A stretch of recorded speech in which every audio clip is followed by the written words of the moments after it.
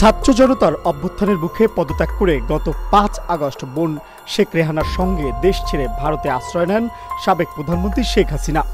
এরপর অন্তর্বর্তী সরকার শেখ হাসিনার কূটনৈতিক পাসপোর্ট বাতিল করেছে। কূটনৈতিক পাসপোর্টে দেশ ছাড়ায় তিনি ভারতে বৈধভাবে ৪৫ দিন অবস্থান করতে পারবেন। তার এই ভিসার মেয়াদ শেষ হচ্ছে আজ। তবে তার ভাগ্যে আসলে কি ঘটতে যাচ্ছে তা নিয়ে প্রশ্ন উঠেছে।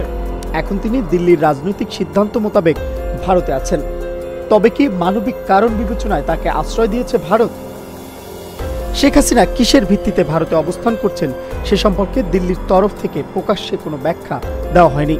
যদিও দিল্লি বলছে ভারতের কূটনৈতিক সম্পর্ক হবে অন্তর্বর্তী সরকারের সঙ্গে। ভারতের পররাষ্ট্রমন্ত্রী জয়শঙ্কর বলেছেন, আমরা যে সরকার ক্ষমতায় থাকে তার সঙ্গে কাজ করি। শেখ হাসিনা যে ভারতে আছেন সেটা স্বীকার করলেও কিসের ভিত্তিতে তিনি আছেন সে সম্পর্কে দিল্লির তরফে কিছুই বলা হয়নি। তবে বিশ্লেষকরা মনে করেন শেখ হাসিনা ভারতের ঘনিষ্ঠ বন্ধু হিসেবে পরিচিত। এ কারণে তাকে মানবিক বিবেচনায় আশ্রয় দিয়েছে বলে দৃশ্যত মনে হচ্ছে। ১৯৫৯ সালে চীন তিব্বত অধিগ্রহণ করলে দালাইমাকে ভারত আশ্রয় দিয়েছিল।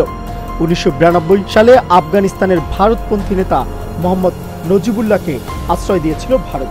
১৯৭৫ সালের ১৫ই আগস্ট শেখ মুজিবুর রহমানকে পরিবারের অধিকাংশ সদস্য সহ হত্যা করা হলে শেখ হাসিনা ও শেখ রেহানাকে ভারতে আশ্রয় দিয়েছিল তৎকালীন প্রধানমন্ত্রী ইন্দিরা গান্ধী। ১৯৮১ সালে বাংলাদেশে ফিরে আসার পূর্ব পর্যন্ত শেখ হাসিনা ভারতে আশ্রিত ছিলেন। বাংলাদেশ ও ভারতের মধ্যে প্রত্যাবর্তন চুক্তি রয়েছে। ২০১৩ সালে শেখ হাসিনার সরকার চুক্তিটি সই করেছিল। এই চুক্তির আওতায় অন্তর্বর্তী সরকার ইচ্ছা করলে শেখ হাসিনাকে ফেরত চাইতে পারে। সংশ্লিষ্টরা ধারণা করছে শেখ হাসিনাকে ভারতে আশ্রয় দেওয়ার সিদ্ধান্ত রাজনৈতিক বিবেচনায় নেওয়া হয়েছে। এখানে মানবিক বিষয় বিবেচনা করা হতে পারে। Mohammad Shafiqul Islam, Asian television.